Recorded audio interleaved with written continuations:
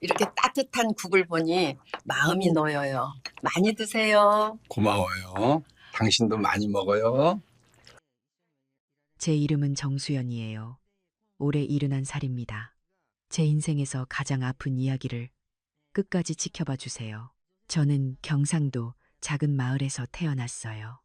21살에 남편을 만나 결혼했고 1년 뒤 아들 민수를 낳았죠. 남편은 건설 현장에서 일했고 저는 식당에서 설거지를 하며 돈을 모았어요. 우리 집은 가난했지만 행복했어요. 민수는 정말 착한 아이였어요. 학교에서 돌아오면 제일 먼저 엄마 다녀왔어요 하고 부엌으로 달려왔죠. 제가 식당 일로 늦게 들어오는 날이면 혼자서도 밥을 차려 먹고 설거지까지 깨끗이 해놓곤 했어요. 그런 아들을 볼 때마다 가슴이 뭉클했어요. 우리 민수가 커서 꼭 좋은 사람 될 거야. 남편과 저는 그 생각 하나로 버텼어요. 아침 5시에 일어나 저녁 10시까지 일했어요. 손이 튼 날도 있었고 허리가 아파서 눈물 흘린 날도 많았어요. 하지만 민수가 학교에서 상을 타고 올 때마다 그 환한 웃음을 볼 때마다 모든 게 다 보람찼어요. 민수가 고등학교에 들어갈 무렵 남편이 사고를 당했어요. 건설 현장에서 떨어져서 다리를 크게 다쳤죠. 수술비만 500만 원이 넘었어요. 저는 은행에서 돈을 빌렸어요. 이자가 높다는 걸 알았지만 어쩔 수 없었어요. 여보 미안해. 내가 이렇게 됐으니. 남편은 병원 침대에 누워서 자꾸 미안하다고 했어요. 저는 남편 손을 꼭 잡고 말했어요. 무슨 소리예요? 우리 같이 이겨내면 돼요. 그때부터 저는 일을 2배로 늘렸어요. 식당 일이 끝나면 새벽까지 공장에서 부품을 조립했어요. 잠은 하루에 서너 시간밖에 못 잤어요. 손가락이 부어서 반지를 뺄 수도 없었죠. 하지만 민수는 그런 저를 보면서도 열심히 공부했어요. 새벽까지 책상 앞에 앉아 있었어요. 친구들이 놀자고 해도 나는 공부해야 돼 라고 하더라고요. 그 모습을 볼 때마다 눈물이 났어요. 엄마, 나 꼭 좋은 대학 가서 엄마 편하게 해드릴게요. 민수는 늘 그렇게 말했어요. 그 말을 들을 때마다 가슴이 벅찼어요. 이 아이만 잘 되면 내 인생은 성공한 거야 라고 생각했죠. 민수는 정말 서울에 있는 좋은 대학에 합격했어요. 장학금도 받았어요. 온 동네 사람들이 축하해줬어요. 저는 그날 밤 남편이랑 둘이서 소주를 한 잔 했어요. 행복했어요. 정말 행복했어요. 민수는 대학교 다니면서도 아르바이트를 했어요. 방학 때마다 집에 돈을 보내왔어요. 얼마 안 되는 돈이었지만 그 마음이 너무 고마웠어요. 엄마, 제 용돈으로 이거 사세요. 어느 날 민수가 보낸 택배가 왔어요. 열어보니 새 옷이 들어 있었어요. 저는 그 옷을 입고 거울을 보면서 울었어요. 내 아들이 이렇게 컸구나. 엄마 생각을 이렇게 해주는구나. 대학교 4학년이 되던 해 민수가 여자친구를 데려왔어요. 이름은 서연이었어요. 키가 크고 예쁜 아가씨였죠. 서울에서 자랐고 아버지가 회사를 운영한다고 했어요. 첫인상은 좋았어요. 말도 공손하게 하고 웃는 모습도 예뻤어요. 하지만 뭔가 불편한 느낌이 들었어요. 제가 내온 음식을 먹으면서도 표정이 좀 이상했거든요. 마치 이런 걸 먹어야 하나 하는 것처럼요. 어머님, 음식 잘 먹었어요. 연희는 그렇게 말했지만 거의 손도 안 댔어요. 제가 정성껏 만든 된장찌개랑 김치전이었는데 말이에요. 남편도 그걸 눈치챘는지 제 손을 살짝 잡았어요. 민수는 연희를 처음 집에 데려온 날 저한테 말했어요. 엄마, 연희 좋은 애예요. 저랑 결혼하고 싶대요. 저는 기뻤어요. 내 아들이 좋은 집안 아가씨를 만났다니. 하지만 동시에 걱정도 됐어요. 우리처럼 가난한 집과 저쪽처럼 잘 사는 집이 잘 맞을까? 연희 부모님은 뭐라고 하실까? 민수야, 연희네 부모님은 뭐라고 하시니? 아직 말씀 안 드렸어요. 근데 괜찮을 거예요. 연희가 저 정말 좋아하거든요. 민수는 자신감에 차 있었어요. 저는 아들을 믿었어요. 우리 민수가 그렇게 말하면 분명 잘 될 거라고 생각했죠. 그런데 몇 달 뒤 연희 부모님이 반대한다는 소식이 들렸어요. 민수한테 전화가 왔어요. 엄마, 연희 부모님이 저희 결혼을 반대하세요. 집안이 안 맞는데요. 민수 목소리가 떨리고 있었어요. 저는 가슴이 아팠어요. 우리 민수가 무슨 잘못을 했다고 열심히 공부해서 좋은 대학 나오고 착하게 자랐는데 왜 안 된다는 거죠? 민수야, 괜찮아. 인연이 아니었나 봐. 아니에요, 엄마. 저 연희랑 꼭 결혼할 거예요. 제가 더 열심히 해서 연희 부모님 인정받을게요. 민수는 포기하지 않았어요. 대학 졸업하고 좋은 회사에 취직했어요. 월급도 많이 받았어요. 그리고 2년 동안 연희 부모님을 설득했어요. 결국 연희 부모님이 마지못해 허락했어요. 조건이 있었어요.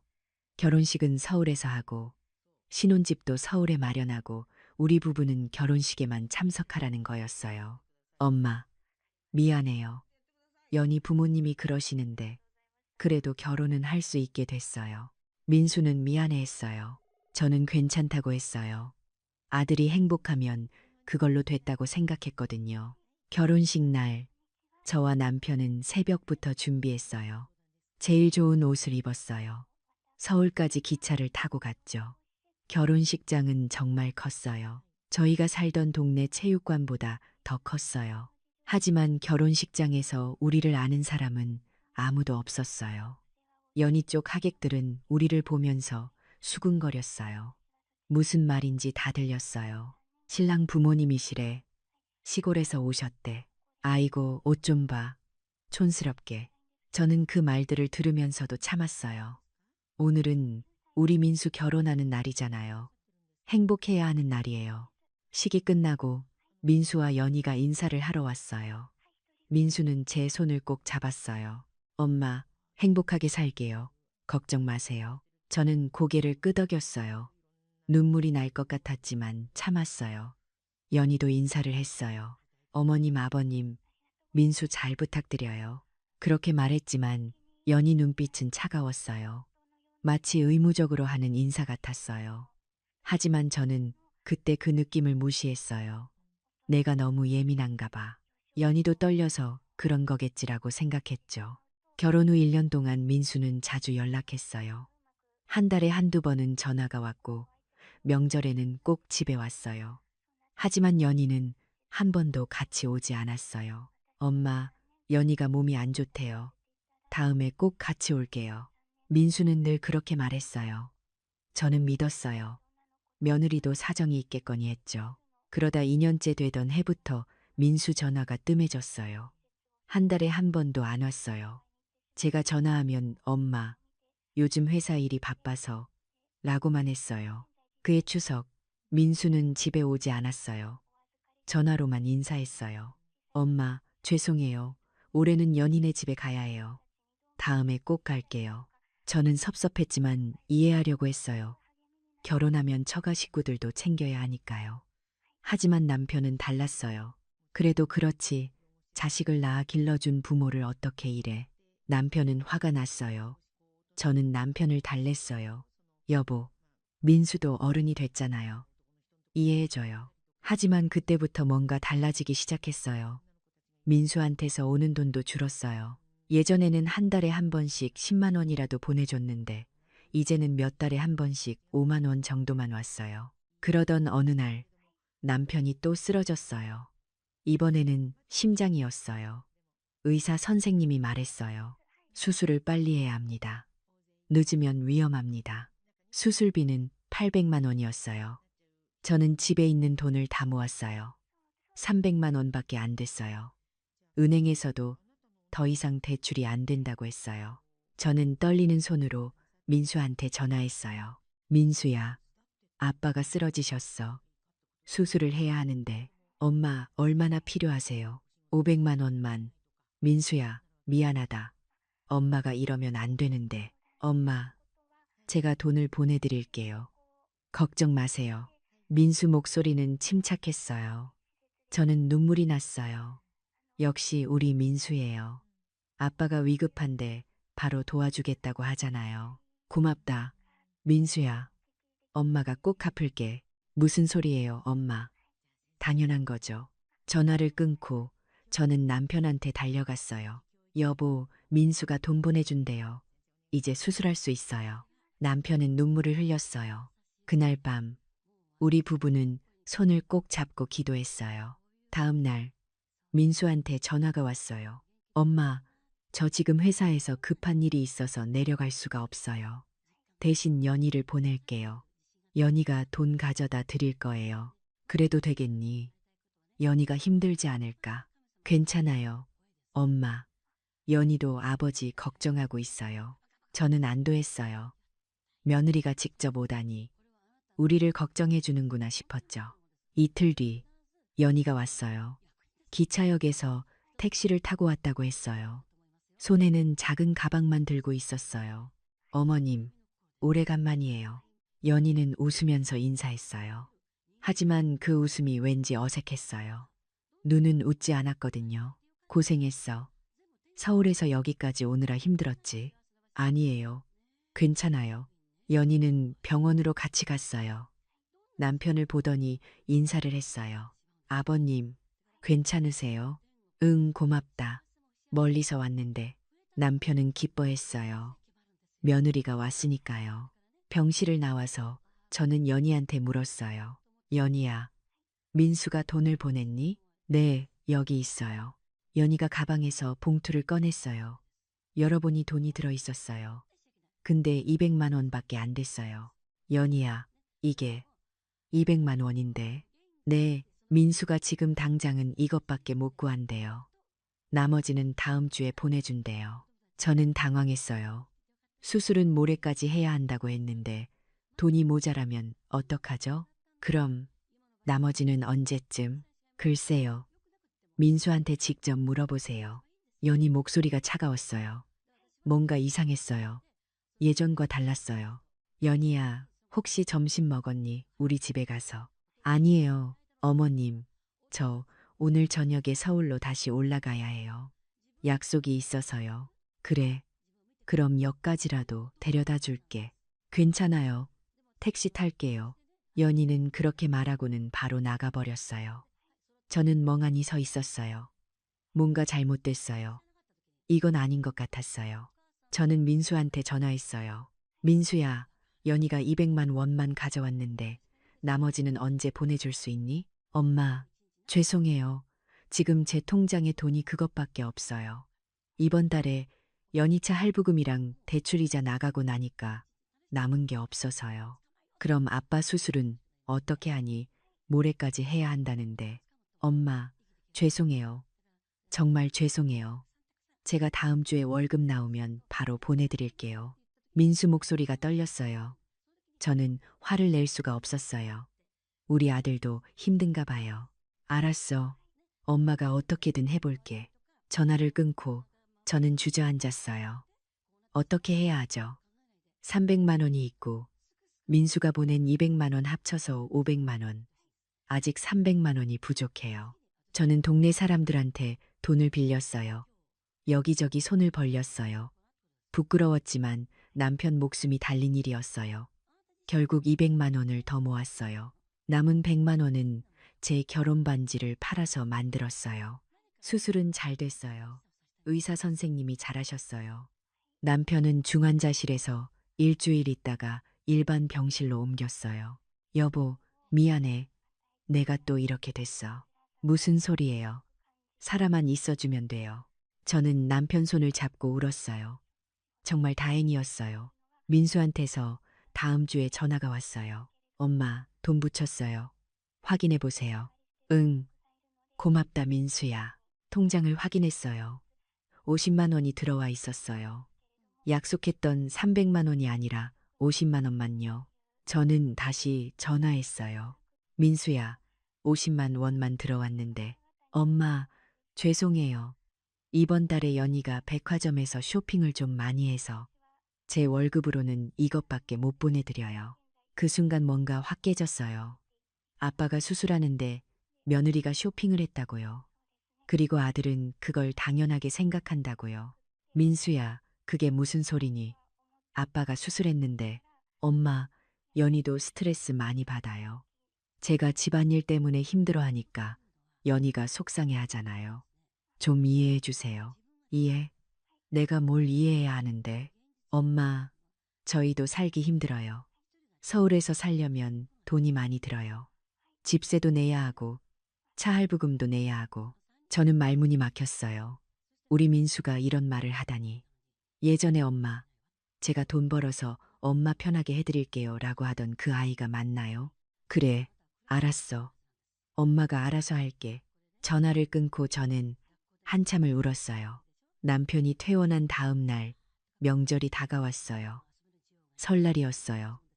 저는 민수한테 전화했어요.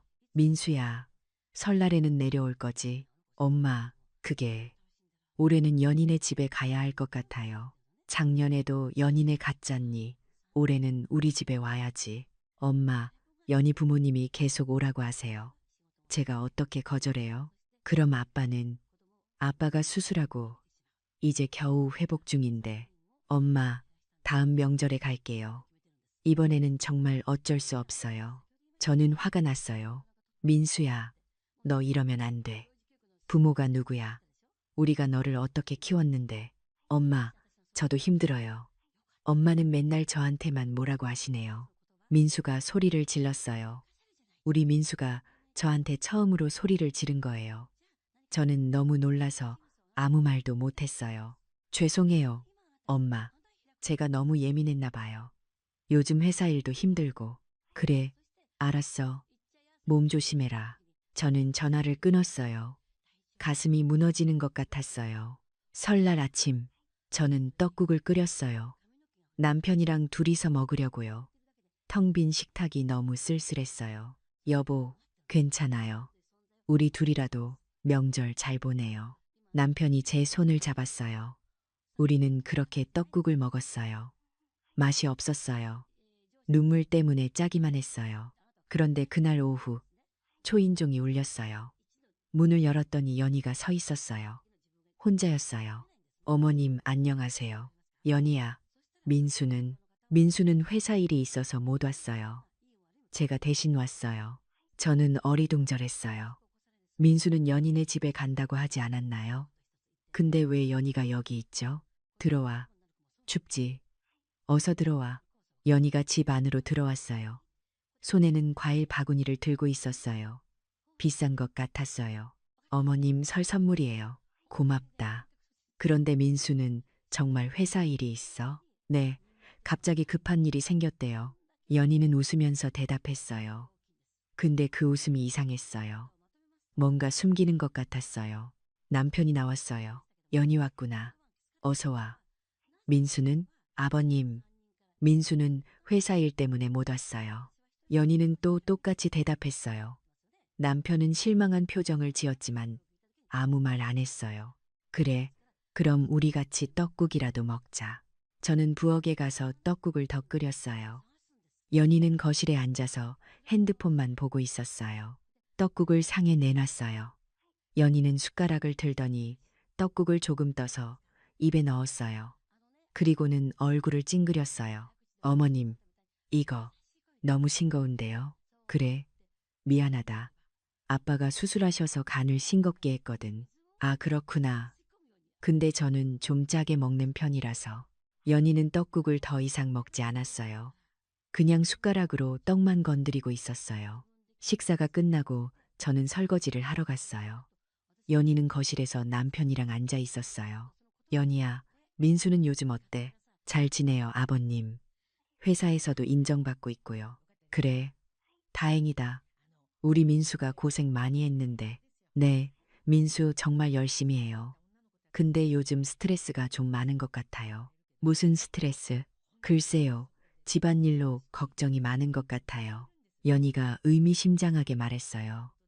저는 부엌에서 그 말을 듣고 가슴이 철렁했어요. 집안일이라는 게 우리 일을 말하는 건가요? 남편은 아무 말 안 했어요. 분위기가 이상해졌어요. 저는 설거지를 마치고 거실로 나왔어요. 연희야, 차라도 한잔 할래? 아니에요, 어머님. 저 곧 가봐야 해요. 벌써? 조금 더 있다 가지. 아니에요. 친구들이랑 약속이 있어서요. 친구들이랑 약속이요? 설날에 시댁에 왔다가 친구들이랑 약속이 있다고요? 그래. 그럼 어쩔 수 없지. 조심해서 가렴. 연희가 일어났어요. 현관으로 나가는데 연희 가방에서 뭔가 떨어졌어요. 저는 그걸 주우려고 했는데 연희가 재빨리 집어들었어요. 괜찮아요, 어머님. 그게 뭐였는지 궁금했지만 더 이상 묻지 않았어요. 연희가 떠나고 나서 남편이 말했어요. 뭔가 이상하지 않아? 저도 그래요. 민수가 회사 일이 있다면서 왜 연희는 친구들 만나러 간다는 거예요. 그러게. 그리고 연희 표정도 예전과 달라. 우리 부부는 불안했어요. 뭔가 잘못되고 있다는 느낌이 들었어요. 그날 밤 저는 잠을 못 잤어요. 계속 민수 생각이 났어요.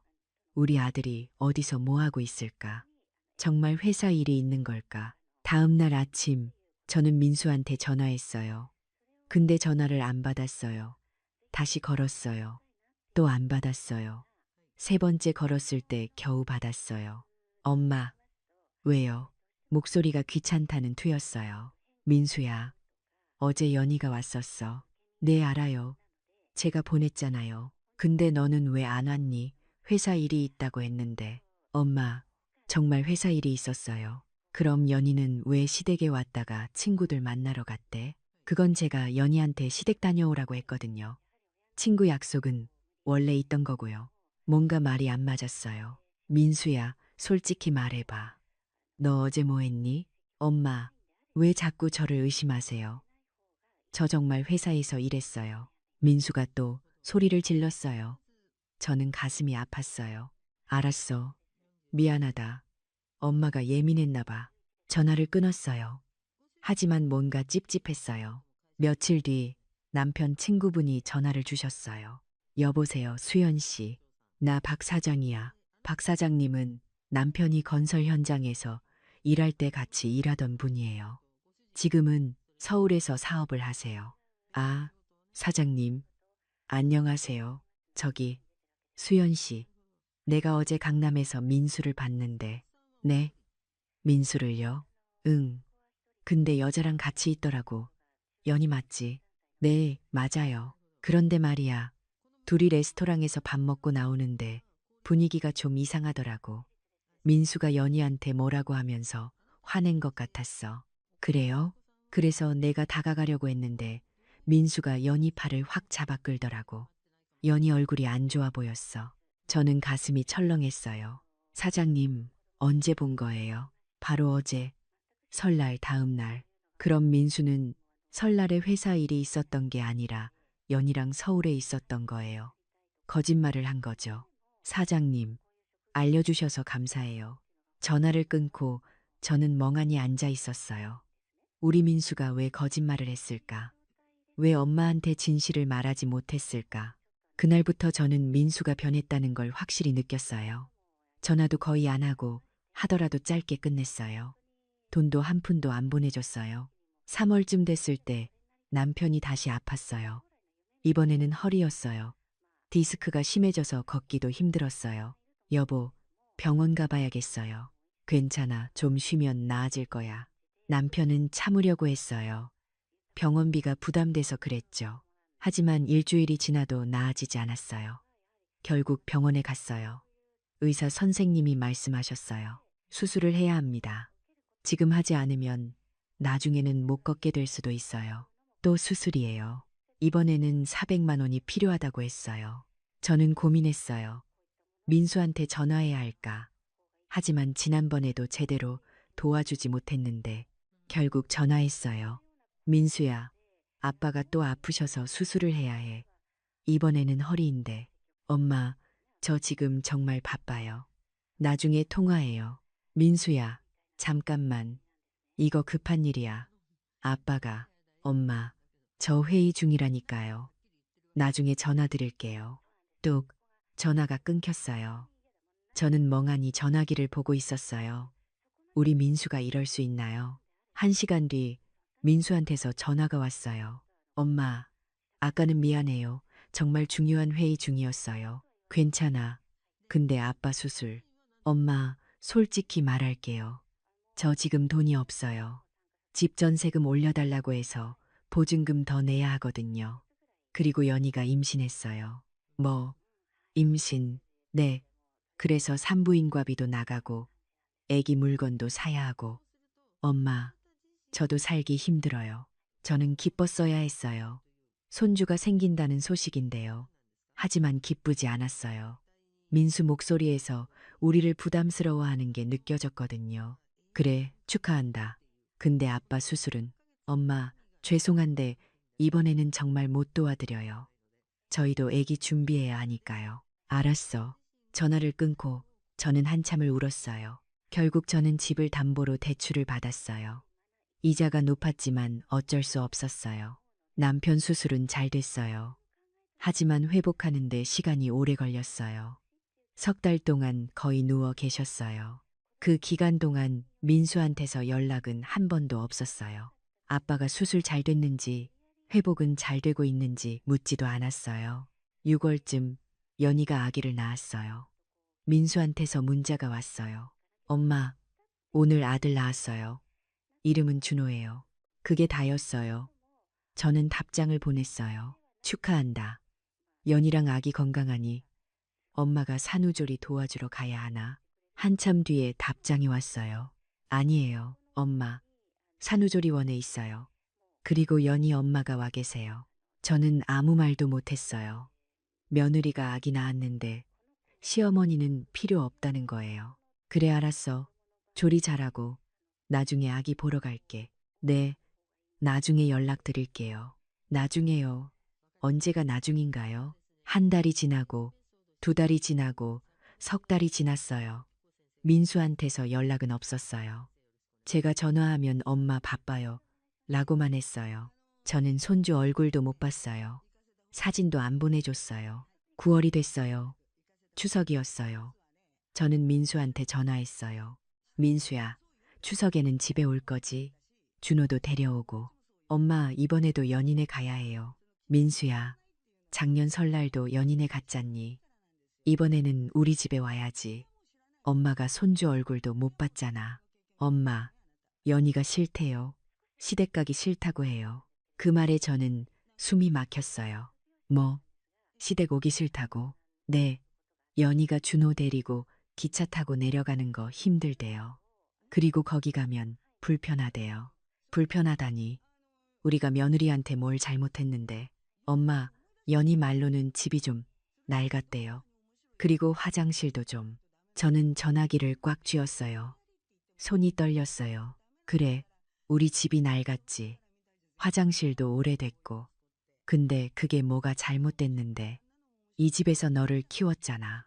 엄마, 목소리 낮춰요. 연희가 듣잖아요. 좋아, 연희한테 전화 바꿔봐. 엄마, 진정하세요. 이러시면 바꿔. 잠시 후 연희 목소리가 들렸어요. 어머님, 연희야, 우리 집이 그렇게 싫니? 시댁이 그렇게 오기 싫어? 어머님, 그게 아니라. 그게 아니긴 뭐가 아냐. 넌 결혼하고 단 한 번도 명절에 우리 집에 안 왔잖아. 어머님, 저도 사정이 있어요. 준호가 아직 어려서. 다른 사람들은 다 아기 데리고 시댁 가던데. 내가 특별해. 어머님, 왜 저한테만 이러세요? 저도 힘들어요. 연희가 소리를 질렀어요. 그리고 전화를 끊어버렸어요. 저는 멍하니 서 있었어요. 방금 무슨 일이 있었던 거죠? 곧 민수한테서 전화가 왔어요. 엄마, 왜 연희한테 그러세요? 연희가 지금 울고 있잖아요. 민수야, 엄마 말도 들어봐. 연희가, 아니에요. 엄마가 너무하세요. 며느리한테 어떻게 그렇게 말해요? 민수야, 잠깐만. 엄마, 저 이제 전화 안 받을 거예요. 엄마가 연희한테 사과할 때까지요. 뚝, 전화가 끊겼어요. 저는 그 자리에 주저앉았어요. 남편이 달려왔어요. 여보, 무슨 일이야? 저는 남편한테 모든 걸 얘기했어요. 남편은 화가 났어요. 민수 이놈이 어떻게 엄마한테 그럴 수가 있어. 여보, 어떡해요? 우리 민수가 저한테 전화도 안 받는데요. 우리 부부는 그날 밤 잠을 못 잤어요. 다음 날 저는 민수한테 문자를 보냈어요. 민수야, 엄마가 어제 너무 흥분했다. 미안해. 연희한테도 미안하다고 전해줘. 답장은 없었어요. 일주일이 지났어요. 여전히 답장 없었어요. 추석이 됐어요. 저와 남편은 또 둘이서 명절을 보냈어요. 차례상을 차렸지만 마음은 텅 비어 있었어요. 여보, 우리가 뭘 잘못한 걸까? 우리는 잘못한 거 없어요. 그냥 아들이 변한 거죠. 남편이 눈물을 흘렸어요. 남편이 우는 걸 처음 봤어요. 10월 말쯤 민수한테서 전화가 왔어요. 엄마, 민수야. 내 목소리 들으니까 좋다. 엄마, 제가 내일 내려갈게요. 정말 준호도 데려오고. 아니요. 혼자 갈게요. 할 말이 있어서요. 뭔가 불길했어요. 민수 목소리가 너무 차가웠거든요. 다음 날 민수가 왔어요. 얼굴이 많이 피곤해 보였어요. 살도 빠진 것 같았어요. 민수야, 밥 먹었니? 엄마가 해줄게. 아니에요. 엄마, 먹었어요. 민수는 거실에 앉았어요. 저와 남편도 앉았어요. 민수야, 무슨 일이니? 민수는 한참 동안 말이 없었어요. 그러더니 입을 열었어요. 엄마, 아빠, 저희가 이사를 가요. 이사? 어디로? 부산이요. 제가 회사에서 부산 지점으로 발령받았어요. 부산. 그럼 더 멀어지네. 네. 그리고 솔직히 말씀드릴게요. 연희가 원했어요. 엄마 아빠한테서 멀리 떨어지고 싶다고요. 그 말에 저는 심장이 댔는 줄 알았어요. 뭐라고? 연희가 스트레스를 너무 많이 받아요. 엄마가 자꾸 전화하시고 집에 오라고 하시고 연희가 견디기 힘들대요. 민수야, 엄마가 언제 자주 전화했니? 한 달에 한두 번 하는 것도 스트레스야? 엄마한테는 그게 한두 번일지 몰라도 연희한테는 부담이에요. 저는 화가 났어요. 그래, 좋아. 부산 가. 그리고 다시는 연락하지 마. 엄마, 나가. 당장 나가. 저는 소리를 질렀어요. 민수는 놀란 표정으로 저를 봤어요. 엄마, 진정하세요. 나가라고. 민수는 일어섰어요. 현관으로 향했어요.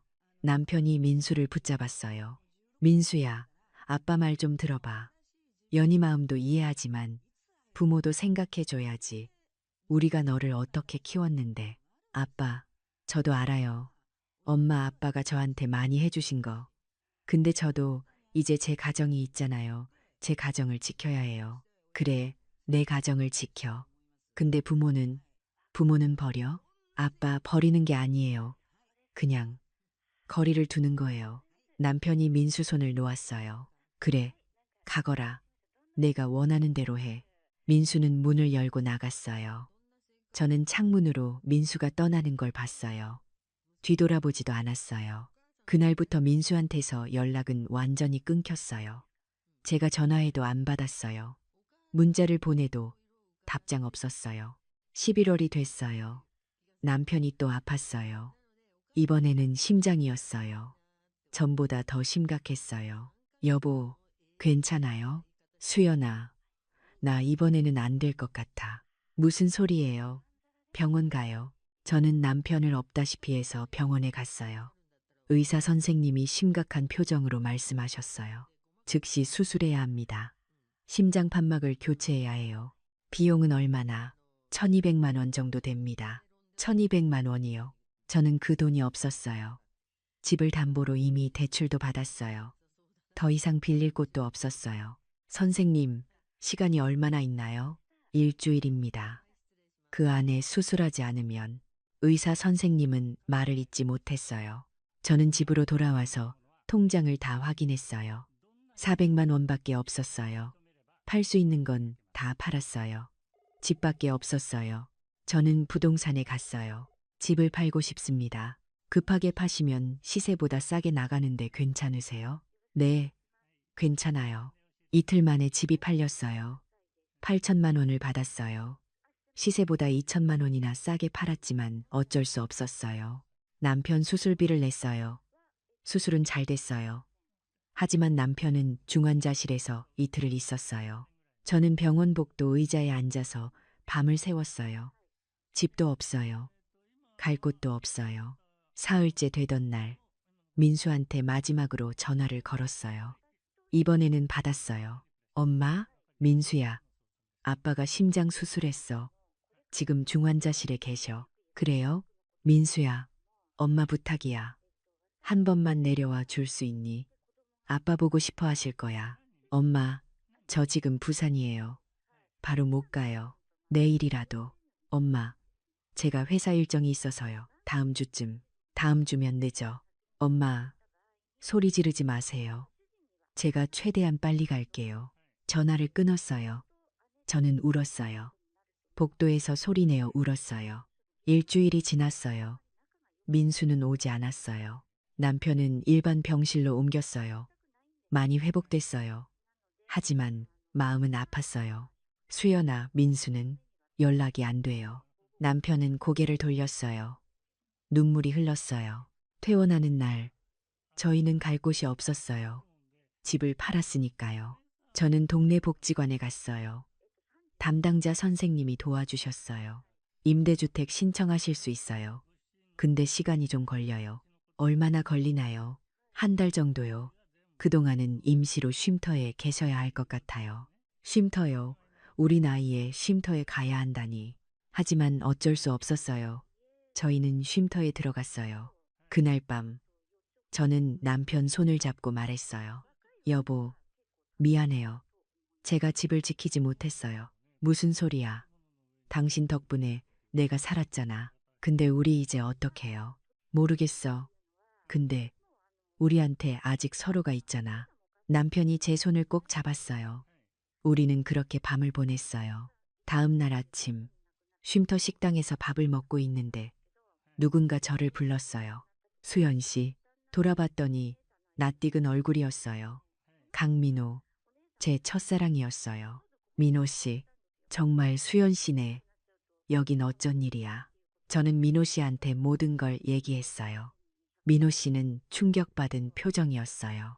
수연 씨가 이런 일을 나도 몰랐어. 민호 씨는 여기서 뭐 하세요?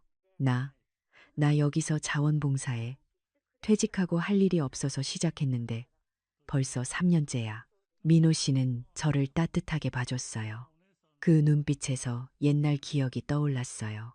민호 씨와 저는 20살 때 사귀었어요. 하지만 민호 씨 부모님이 반대했어요. 저희 집이 가난하다고요. 결국 헤어졌고 민호 씨는 부모님이 정해준 여자와 결혼했어요. 민호 씨, 결혼 생활은 어때요? 아내가 5년 전에 세상을 떠났어. 아이들도 다 컸고, 죄송해요. 괜찮아. 이제 혼자 사는 게 익숙해. 그날부터 민호 씨는 저희를 자주 찾아왔어요. 음식도 가져다 주고, 이야기도 들어줬어요. 한 달이 지났어요. 저희는 임대주택으로 이사했어요. 작은 방 하나짜리였지만 따뜻했어요. 민호 씨는 이사하는 걸 도와줬어요. 짐을 옮기고, 가구도 기증받는 걸 알아봐 줬어요. 수연 씨, 이제 좀 어때? 고마워요, 민호 씨.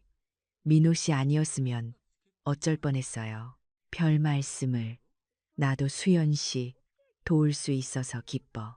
민호 씨는 그 뒤로도 자주 왔어요. 저녁을 같이 먹기도 하고 남편이랑 장기도 뒀어요. 남편이 어느 날 제게 말했어요. 수연아, 민호 씨 좋은 사람이야. 네, 정말 좋은 분이에요. 민호 씨가 당신을 좋아하는 것 같아. 무슨 소리예요, 여보? 아니야, 눈빛을 보면 알아. 나도 당신 처음 만났을 때 그런 눈으로 봤거든. 저는 얼굴이 빨개졌어요. 그해 겨울 남편이 세상을 떠났어요. 자다가 편하게 가셨어요. 심장이 약했던 거예요. 장례식에 민수한테 연락했어요. 이번에는 바로 받았어요. 엄마, 민수야. 아빠가 돌아가셨어. 뭐라고요? 어젯밤에 편하게 가셨어. 장례식장은 엄마, 제가 바로 갈게요. 민수는 그날 저녁에 왔어요. 연이랑 준호도 같이 왔어요. 민수는 아빠, 영정 앞에서 한참을 울었어요. 아빠, 죄송해요. 제가 효도도 못했는데 죄송해요. 저는 민수를 봤어요. 예전 착했던 우리 민수가 보이는 것 같았어요. 하지만 이미 늦었어요. 장례식 이틀째 되는 날, 연희가 저한테 왔어요. 어머님, 이제 어떻게 하실 거예요? 뭐가? 사실 저희가 어머님을 모실 수 있으면 좋은데 집이 좁아서요. 그리고 준호 키우느라 바빠서. 연희는 이런저런 핑계를 댔어요. 요약하면 저를 모실 생각이 없다는 거였어요. 괜찮아. 나 혼자 살 수 있어. 정말요. 그럼 다행이네요. 혹시 경제적으로 힘드시면. 아니야. 난 괜찮아. 연희는 안도한 표정을 지었어요. 그 표정을 보는 순간 저는 확실히 알았어요. 이 사람들은 저를 가족으로 생각하지 않는다는 걸. 장례식이 끝나고 민수가 말했어요. 엄마, 저희 내일 부산으로 돌아가야 해요. 그래, 가거라. 엄마, 전화 자주 드릴게요. 그래. 저는 더 이상 기대하지 않았어요. 민수네 가족이 떠나고 저는 혼자가 됐어요. 그날 밤 민호 씨가 찾아왔어요. 수연 씨, 괜찮아요. 네, 괜찮아요. 우시고 싶으면 우세요. 참지 마시고. 민호 씨가 제 손을 잡았어요. 저는 그제야 울었어요. 남편을 잃은 슬픔, 아들한테 배신당한 아픔, 모든 게 쏟아져 나왔어요. 민호 씨, 나 이제 어떻게 살아요? 수연 씨, 아직 인생 끝난 거 아니에요. 우리 함께 살아요. 뭐라고요? 나랑 결혼해요, 수연 씨. 저는 깜짝 놀랐어요. 민호 씨, 우리 나이가 무슨 상관이에요? 나는 수연 씨를 아직도 사랑해요. 50년 전에도 사랑했고, 지금도 사랑해요. 저는 눈물이 났어요. 이번엔 행복한 눈물이었어요. 민호 씨, 수연 씨, 우리 이제 행복하게 살아요. 남은 인생이라도요. 저는 고개를 끄덕였어요. 석 달 뒤, 저와 민호 씨는 결혼했어요. 작은 결혼식이었어요. 복지관 친구들이 와줬어요. 민수한테도 연락했어요. 하지만 오지 않았어요. 전화로만 축하한다고 했어요. 엄마, 죄송해요. 회사 일이 있어서. 괜찮아. 너희들 잘 살아라. 전화를 끊고 저는 민호 씨를 봤어요. 민호 씨, 후회 안 해요. 무슨 후회? 내 인생 최고의 결정이야. 우리는 제주도로 신혼여행을 갔어요. 처음으로 비행기를 탔어요. 바다가 너무 예뻤어요. 민호 씨, 여기서 살면 어때요? 제주도에서. 네, 새롭게 시작하는 거예요. 민호 씨는 웃었어요. 좋아요. 그렇게 해요. 우리는 제주도에 작은 집을 얻었어요. 민호 씨 퇴직금으로요. 저는 복지관 선생님 도움으로 유튜브를 시작했어요. 제 이야기를 하는 채널이었어요. 처음에는 조회수가 몇 개밖에 안 나왔어요. 하지만 점점 사람들이 보기 시작했어요. 댓글이 달렸어요. 어머님 힘내세요. 저도 비슷한 경험이 있어요. 어머님 용기에 감동받았어요. 한 달 만에 구독자가 10,000명이 됐어요. 석 달 만에 10만 명이 됐어요. 광고 수익이 나오기 시작했어요. 한 달에 300만 원 정도였어요. 저희 부부가 살기에 충분한 돈이었어요. 저는 변호사를 찾아갔어요. 유언장을 쓰고 싶어요. 네. 어떻게 쓰실 건가요? 제가 가진 모든 재산을 복지관에 기부하고 싶어요. 가정폭력 피해 여성들을 돕는 데 쓰였으면 해요. 아드님은요? 아들한테는 한 푼도 안 줄 거예요. 변호사는 놀란 표정을 지었지만 제 뜻대로 유언장을 작성해 줬어요. 1년이 지났어요. 어느 날 초인종이 울렸어요. 문을 열었더니 연희가 서 있었어요. 혼자였어요. 어머님, 연희야, 여긴 어떻게? 어머님, 죄송해요. 제가 잘못했어요. 연희는 울고 있었어요. 무슨 일이니? 민수가 회사에서 잘렸어요. 그리고 빚도 많아요. 집도 빼앗길 것 같아요. 그래서 어머님 도와주세요. 어머님 유튜브 잘 되고 계시잖아요. 돈 좀 빌려주세요. 저는 연희를 봤어요. 예전에 저를 무시하던 그 눈빛은 없었어요. 이제는 절박함만 있었어요. 연희야, 내가 너희한테 뭘 받았는데? 어머님, 아빠가 수술할 때 너희는 쇼핑했지.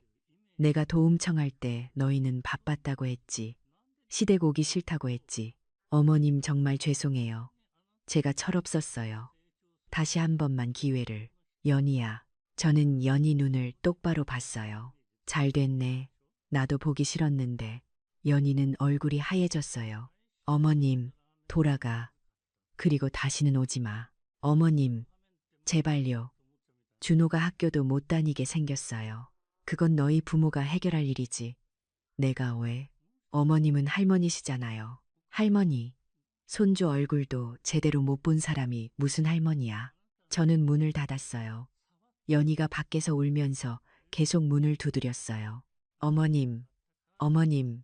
하지만 저는 문을 열지 않았어요. 민호 씨가 제 어깨에 손을 얹었어요. 잘했어요, 수연 씨. 민호 씨, 제가 너무 냉정한 건 아닐까요? 아니에요. 수연 씨는 수연 씨 인생을 지킨 거예요. 연희는 결국 돌아갔어요. 그날 밤 민수한테서 전화가 왔어요. 엄마, 왜 연희한테 그러셨어요? 민수야, 엄마한테 소리 지르지 마. 엄마는 정말 피도 눈물도 없으세요. 손주가 굶게 생겼는데 그럼 너희가 벌어. 너희 아들이잖아. 엄마는 유튜브로 돈 버시잖아요. 좀 나눠주시면 안 돼요? 안 돼. 왜요? 저는 엄마 아들인데. 민수야, 너 아빠 돌아가실 때 뭐라고 했는지 기억나? 너는 전화 자주 하겠다고 했어. 근데 1년 동안 몇 번 전화했니? 엄마, 바빴어요. 그래, 너는 바빴지. 맨날 바빴어. 아빠 수술할 때도, 아빠 돌아가실 때도. 엄마, 민수야, 이제 그만 전화해. 엄마도 이제 엄마 인생 살고 싶어. 엄마, 저 정말 힘들어요. 제발. 저는 전화를 끊었어요. 그리고 민수 번호를 차단했어요. 민호 씨가 저를 안아줬어요. 수연 씨, 울지 마요. 민호 씨, 제가 잘한 걸까요? 당연하죠. 수연 씨는 충분히 베풀었어요. 이제는 수연 씨가 행복할 차례예요. 저는 민호 씨 품에서 울었어요. 아팠지만 동시에 후련했어요. 그로부터 1년이 지났어요. 제 유튜브 구독자는 50만 명이 됐어요. 저는 매달 1,000만 원 정도를 벌었어요. 그 돈으로 민호 씨랑 세계 여행을 다녔어요. 일본, 대만, 베트남. 평생 못 가본 곳들을 다 갔어요. 민호 씨 행복해요. 나도요. 수연 씨. 우리는 제주도 바다를 보면서 손을 잡았어요. 저는 이제 71살이에요. 인생의 절반은 힘들게 살았어요. 하지만 남은 절반은 행복하게 살 거예요. 며칠 전 복지관에서 연락이 왔어요. 제 기부금으로 새 쉼터를 열었대요. 이름은 수연의 집이에요. 개소식에 갔어요. 많은 사람들이 저한테 감사하다고 했어요. 어머님 덕분에 새 출발할 수 있었어요. 어머님 이야기 듣고 용기를 얻었어요. 저는 눈물이 났어요. 제 아픔이 다른 사람한테 도움이 됐다는 게 감사했어요. 집으로 돌아오는 길에 민호 씨가 말했어요. 수연 씨, 민수한테서 연락 없어요? 없어요. 괜찮아요. 후회 안 해요. 아니요. 오히려 후련해요. 그 아이는 이제 제 아들이 아니에요. 그럼 누구예요? 제 과거예요. 이제는 떠나보낸 과거. 민호 씨는 제 손을 꼭 잡았어요. 수연 씨, 사랑해요. 나도 사랑해요. 민호 씨. 우리는 집에 도착했어요. 작지만 따뜻한 우리 집. 저는 유튜브 카메라를 켰어요. 오늘도 구독자들한테 인사를 해야 하거든요. 안녕하세요, 여러분. 오늘도 수연이 왔어요. 댓글이 실시간으로 달렸어요. 어머님 오늘도 예쁘세요. 어머님 덕분에 제 인생도 바꿨어요. 어머님, 사랑해요. 저는 웃으면서 말했어요. 여러분, 저는 71살이에요. 인생의 대부분을 힘들게 살았죠. 하지만 이제는 행복해요. 왜냐고요? 제가 저를 사랑하기 시작했거든요. 카메라를 끄고 저는 민호 씨가 있는 거실로 갔어요. 민호 씨, 저녁 뭐 먹을까요? 수연 씨가 해주는 건 다 맛있어요. 우리는 함께 부엌에 섰어요. 저녁을 준비하면서 이야기를 나눴어요. 창밖으로 제주도 노을이 보였어요. 정말 아름다웠어요. 저는 생각했어요. 인생은 늦은 게 없구나. 이른이 넘어서도 새롭게 시작할 수 있구나. 그리고 가장 중요한 건 나를 사랑하지 않는 사람한테 매달릴 필요가 없다는 거예요. 저는 이제 자유예요. 진짜 자유. 며느리가 떡국을 부었을 때, 아들이 제 뺨을 때렸을 때, 저는 무너졌어요. 하지만 70살에 저는 다시 일어섰어요. 전 재산을 들고 새로운 인생을 시작했어요. 그리고 이제 저는 행복해요. 정말로 행복해요.